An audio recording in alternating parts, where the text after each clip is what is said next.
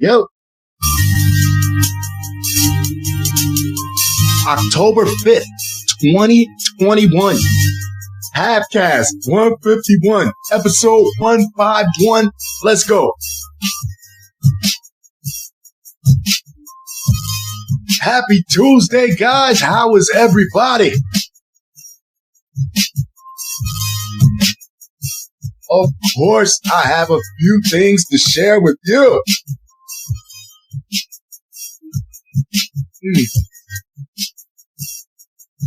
A moment of reflection. Let's have at it.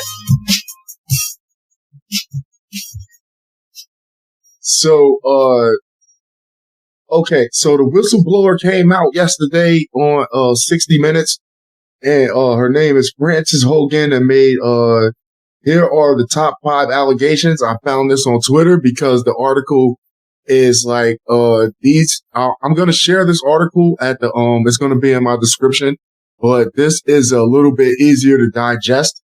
And she had 5 talking points that she went across, but I like I'm gonna just go over 2 real quick, and I really suggest you read this article, especially if you have children. And they said the first one is this is the San Francisco Chronicle.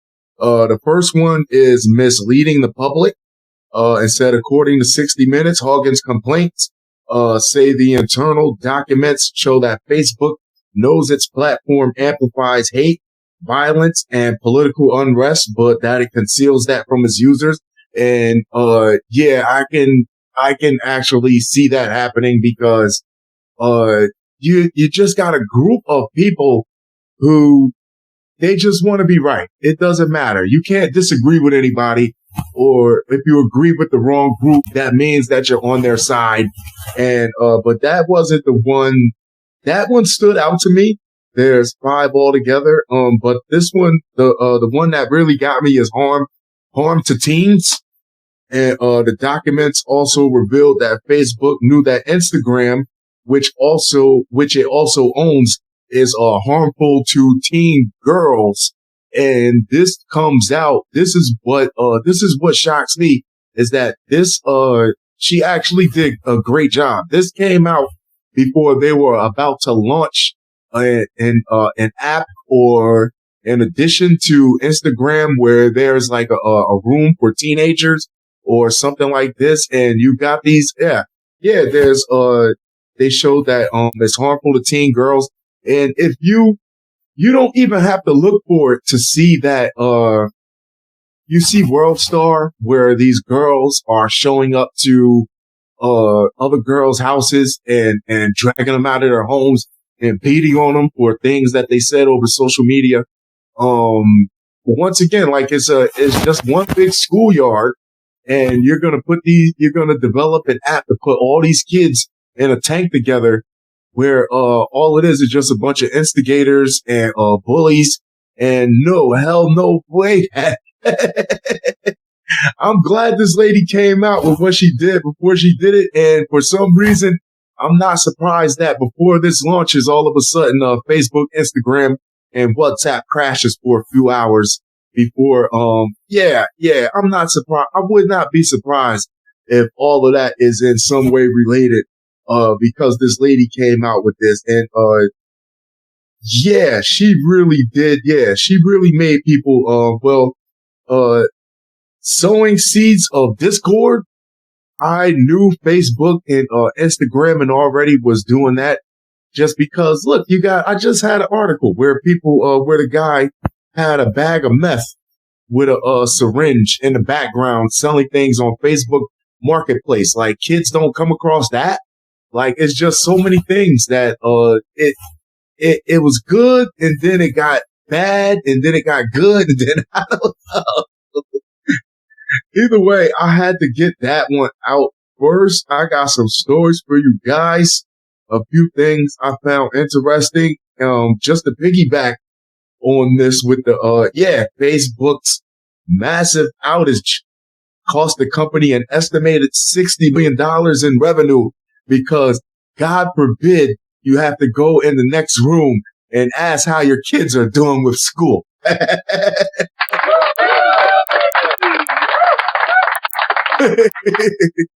God forbid you have to, your wife has to like say something. You have to conversate with your wife while God forbid your wife has to answer that DM. I just slipped into her inbox. Oh, yeah, because the apps are down. Yeah, Facebook's massive outage is reportedly putting a big dent in the social network's pocket. How many of you, because, well, I'm alone right now. When it happened, I was alone.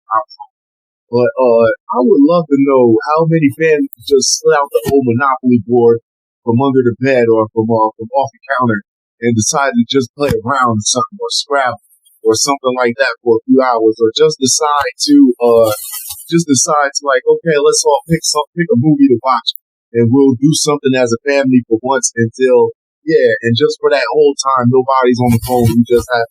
I would love to know how many families actually decide to do that during the outage. Fortune and Snopes estimated the world's largest social network has already lost at least $60 million in revenue since its apps, including Instagram and WhatsApp, went offline at about 8:30 a.m. Pacific time, 11:30 p.m. on Monday. Both outlets estimated the revenue loss for Facebook as of 1 p.m. Eastern time. We're doing Eastern time because we're on East. I'm not going to keep doing Pacific. Add 3-4 hours. Yeah, Eastern time. Just like we don't do metrics, we do customary over here.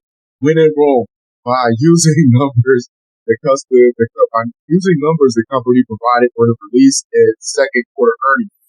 During that 3-month period, Facebook reported about $29 billion in revenue. That means that Facebook makes roughly $319.6 million per day and $13.3 million per hour, $220,000 per minute, and $3,700 per second. Jeez. The outlets then use those numbers to calculate revenue based on how long the outage has lasted. The estimates underscore the financial impact of a massive outage on Facebook's ad business. The company said it's working on restoring its services, but hasn't said what's causing the outage. Facebook is currently back up for some people. Yeah, mine was down, and I didn't even miss it because I'm a Twitter guy. And all the fun Twitter was having. Just look at Twitter's tweets around that time, how they were just having fun at Facebook's expense. Like I said, it's a schoolyard for everybody, not just children. Yeah, it's a proving ground. As of roughly 3:30 p.m. Pacific time, 6:30 p.m. Eastern time, Facebook services were slowly coming back online. Yeah, because I dropped the podcast and it dropped to the public feed, but it didn't drop to my stories. Now it's on Instagram and Facebook. That was really the only thing I cared about. To the huge community of people and businesses around the world who depend on us, Flies was funny as hell. I could not find that clip where he said that you have followers, you ain't popular now. You was 93 premium, now with Facebook and Instagram down. Now you just 87, you regular. Yeah, we've been working hard to restore access to our apps and services and are happy to report they are coming back online.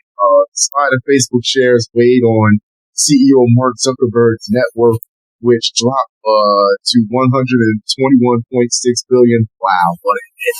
Yeah, and if I lose $20, if I lose $20, and I'm pissed for the whole week.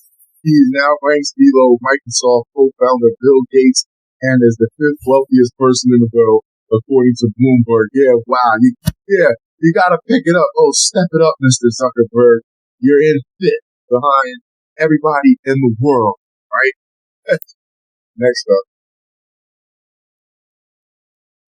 If you like the podcast, be sure to subscribe now. Hit the notifications button so you get a little ding or you get a message whenever I whenever I drop new content. Up next, Wendy's worker threatens customer with gun after argument. Yo, listen. The way things have been going, let's recap. So you had someone pull a gun because there was too much salt in the fries of customer. So you're going to work knowing that there's a possibility that this might happen. Okay? So then you had somebody get into it with an employee because of the sugar in the coffee, right? Now you know this has happened. It just hasn't happened to you yet. But you know at any given day it could be your turn where you have to deal with one of these customers, right? So then you had a parent, angry parent that somebody fired his daughter, and he came to the job site. He came to the restaurant with a rake and ended up assaulting a manager and took the manager's eye out. Now you know these are possibilities. That's just a few. That's just a handful. That's not even dropping a bucket of what's been happening just in this past year, since they've been allowing people back actually inside the restaurants. So I'm not actually mad for somebody to be concerned for their well-being. I'm just going to work, and I want to make sure I'm only going to Wendy's, and I got to worry about if I'm going to make it back home, if I'm not going to have to go to the hospital at the end of the shift. A Louisiana Wendy's employee has been accused of threatening a customer with a gun, according to reports. We don't do that at this Wendy's over here. Take that shit down the road.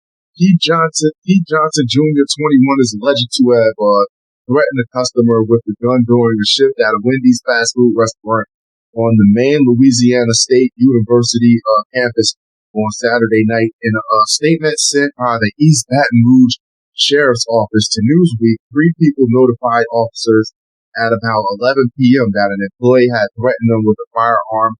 The EBRSO statement read uniform EBRSO. I don't know. East Baton Rouge Sheriff. That's a hell of an acronym. That's a long name and even a more annoying acronym. Just say East Baton Rouge. I don't know. Were contacted by 2 female subjects and 1 male subject who stated a subject inside the restaurant was threatening them with a gun. Deputies entered the restaurant, contacted the defendant, and found the defendant holding a small bag with an extended magazine, extendo clip magazine visibly sticking out. Officers took the defendant into custody and searched them, incidental to arrest. During Johnson Jr.'s arrest, police found a gun and marijuana inside the bag. Officers later charged Johnson with carrying a gun in a firearm-free zone, aggravated assault, and civil possession of marijuana. What happened? Because if he went in, if the police took him into custody that easily, obviously, I don't know. There's 2 sides to every story, and the truth is somewhere in the middle. But somewhere, I think he probably either felt threatened, really, or Johnson has since been booked into the EBR. Okay, he's been booked, and he was carrying a gun in a firearm-free zone, aggravated assault, and simple possession of marijuana. That's what's going to make it look bad. That no matter what happened, somebody could say that you were under the influence of drugs, which dampered your responses, or whatever you want to call it. Yeah, your judgment was impaired, even though somebody probably might have been giving him a legitimate hard time where he felt like he had to draw down on somebody, which you probably never have to draw down on somebody. But yeah, they're probably going to use the marijuana to say that his judgment was impaired. One victim stated she was engaged in a verbal argument with the manager when the defendant and employee walked to the back and returned with a bag.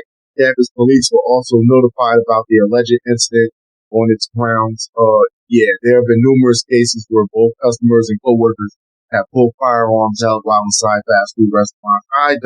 I can't sit here and tell you that I would bring a gun to the workplace, but I would be high alert for situations that could possibly break out where people are getting hurt or something could escalate to that point just off of frequency alone.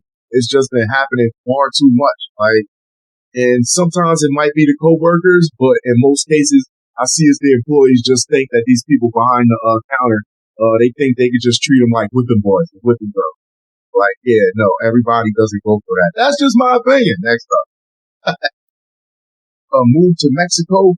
Union says about 1,400 workers at Kellogg company's U.S. cereal plants went on strike Tuesday, forcing production at the factories to come to a stop. Yo, I'm telling you, these employees is starting to become an employee-driven marketplace now in this country, and I'm loving it that these employees are not having it. They're asking for too much and you give too little, and they're not beat no more. Yeah, I've been saying it for a while now. The Associated Press reported negotiations between the workers' union and the cereal company have been ongoing for more than a year regarding a host of employment issues, including a threat from Kellogg to move some jobs to Mexico, according to the union, which is fucked up because it's messed up in so many ways. That's saying that, oh yeah, you want these rights, which you feel that are only fair. So what if we just move to Mexico, where we can treat them even worse than we're treating you right now, and they'll just take it just to be happy that they have a job. That's what it is. That's what these companies are doing. Like, yeah, what you want, affordable health care? You want us to provide us what? This? You want us to provide us, more vacation days? You want us to provide us shit that's really standard, that really should just be the bare minimum. And they get upset and say, oh, these employees are asking too much. I think Kellogg has been around since the old Wild West days or some crazy shit. You got it. Give these people what they want. A threat from Kellogg to move some jobs to Mexico, according to Daniel Osborne, president of a local union in Omaha, Nebraska, said that a range of pay and benefit issues for workers, like losing premium health care, holiday pay, some of their vacation time, were among the other problems brought to the negotiation table with the Michigan-based company. The prospect of moving jobs to Mexico. You know what? If you don't want to give these things up, that if you get like some employees got years in, hire some more people that can cover the shifts. You know, like, yeah, you hire a few more people that can cover these shifts. Like, hire people. The prospect of moving jobs to Mexico where production and employee labor wouldn't be overseen by the U.S. Food and Drug Administration or Occupational Safety and Health Administration, OSHA, was also a huge concern. And they want to be able to basically move somewhere where they can work employees to death and not have to promise them anything and not be responsible for them. A lot of Americans probably don't have too much issue with the Nike or Under Armour hats being made elsewhere or even our vehicles, but when they start manufacturing our food down where they are out of the FDA's control and OSHA's control, I have a huge problem with that. Yeah, I dig that. I dig that we're like nobody cares like if our Nikes come from China, Under Armour comes from wherever God knows, but now you're dealing with food being manufactured in places where the FDA can't slap no regulations on them. So basically, you can put anything in the food and use the same label and or mislabel it. Yeah, well, workers at the company's plants in Omaha and Battle Creek, Michigan, Lancaster, Pennsylvania, and Memphis, Tennessee also participated in the strike. However, it was not immediately apparent how much of an effect the loss of labor would affect the production or supply in the company's range of products and brands. Yo, you treat these employees right, man. That's what I say. Like, these jobs normally lose a round of employees and they never get the quality of production back. They usually take them years before they get the quality of employees back. Because of course you can always hire anybody. Can you hire quality employees? Can you hire somebody that's actually proud of doing a good job? Or most companies probably don't even care. Oh, they're just doing it. The company insists that its offer is fair and will increase wages and benefits for its employees that is said made an average of $120,000 a year last year. We are disappointed by the union's decision to strike. Kellogg provides compensation and benefits for our U.S. ready-to-eat cereal employees that are among the industry's best, as they always. It's standard. Yeah, it's standard. But what happens when the standard is just like it's this poor? Yeah, Kellogg spokesperson Chris Farmer said in the statement. Osborne said he expects the company to try to bring non-union workers into the plants at some point this week to try to resume operations and maintain the supply of its products. Good luck with that. Good fucking luck with that. The plants have all continued to operate throughout the coronavirus pandemic. But Osborne said that for much of the time, workers were putting in 12-hour shifts, 7 days a week to keep up production, while so many people were out because of the virus. Wow. Today, not today. Brian Laundrie had black beard and black mustache, says North Carolina hiker. Now, here is where at some point, you got to draw the line. Like, at some point, you just got to ask these people, you got to take the mic. First off, you take the mic and be like, yo, before I hit this button, before that light goes on and you go live, or before I record anything you say, did you see him or not? Did it just look like him? Well, maybe. No, well, yo, we don't have anything. Yeah, because now people are, yeah, well, I see him. Well, people say they saw Bigfoot. Had a black beard and black mustache. I have a black beard and black mustache. Shoot, mostly people who frequent these trails and these outdoorsy folks are a little bit rough in the face anyway. Dennis Davis, the hiker who claimed to see Brian Laundrie over the weekend, described him as having a black beard and black mustache, which was very short cut, very thick. That can be anybody. Did you get a look into his face? Did he introduce himself to you as Brian? I'm on the goddamn money. Laundrie has been missing since being named as a person of interest. Not that. He's a suspect in the homicide of fiancée Gabby Petito on 22.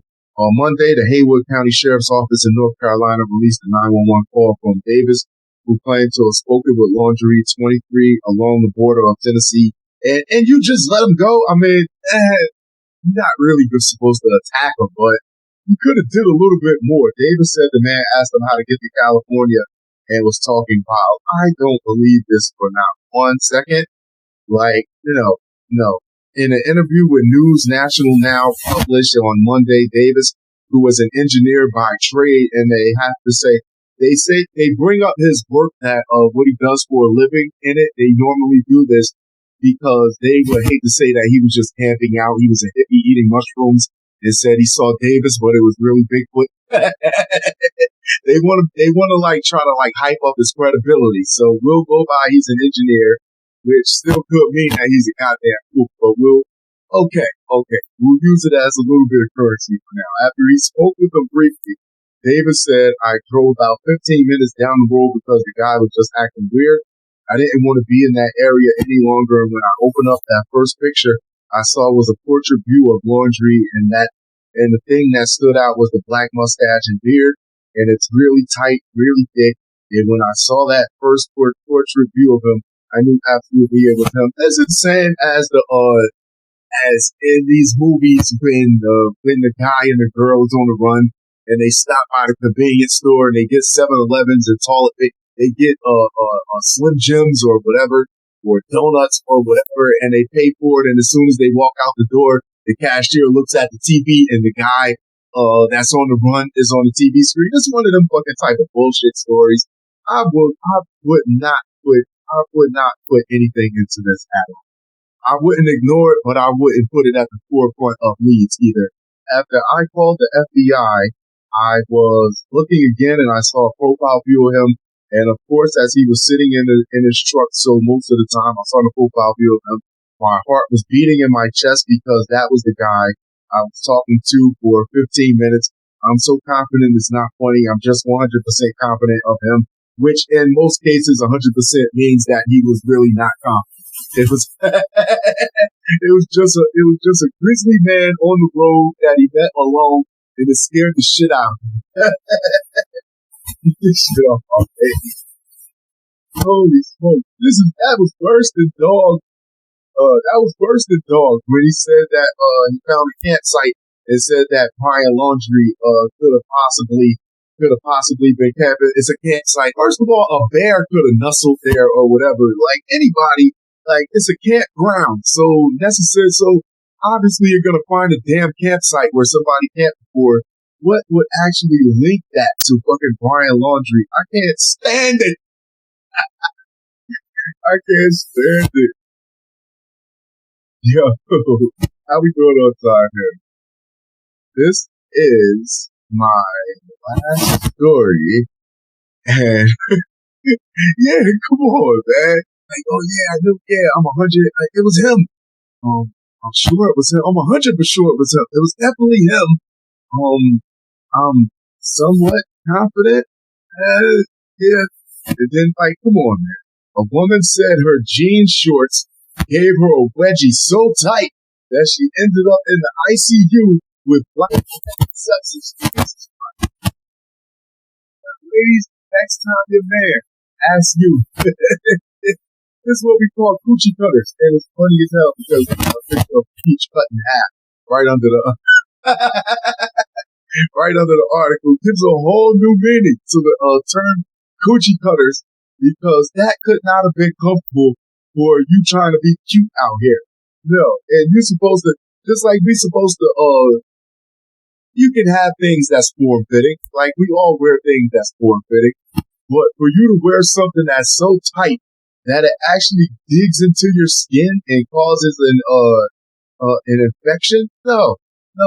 First off, that is unhygienic and it's not a very good.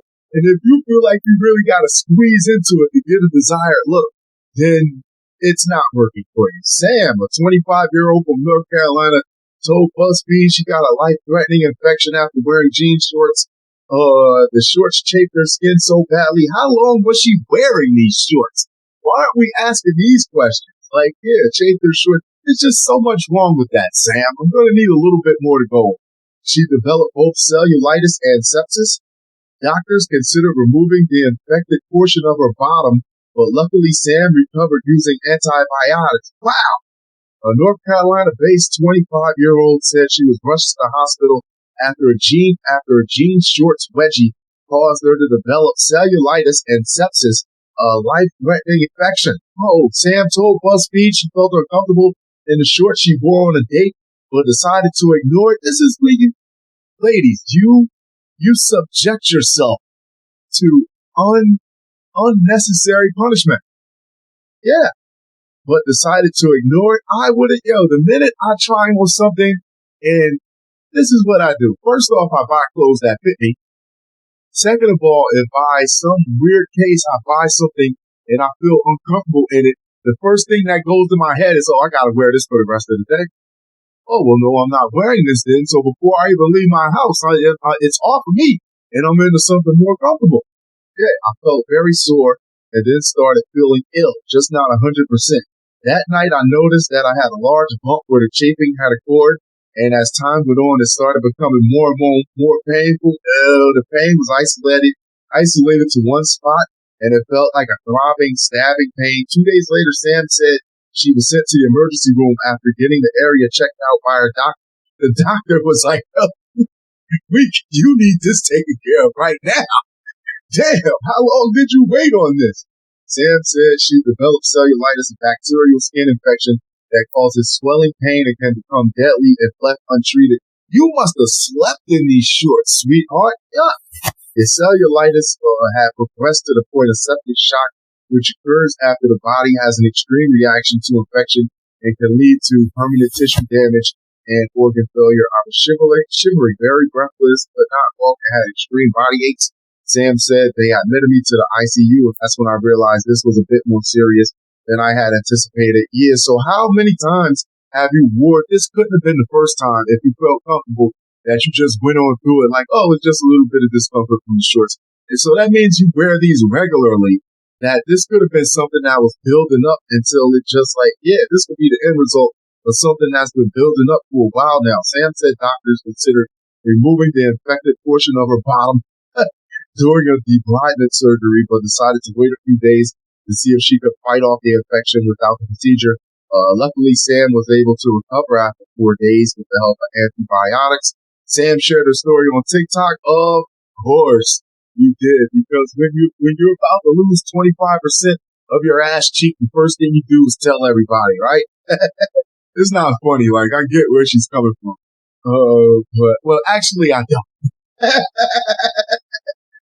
But to warn people about the dangers of ignoring uncomfortable wedgies. Okay.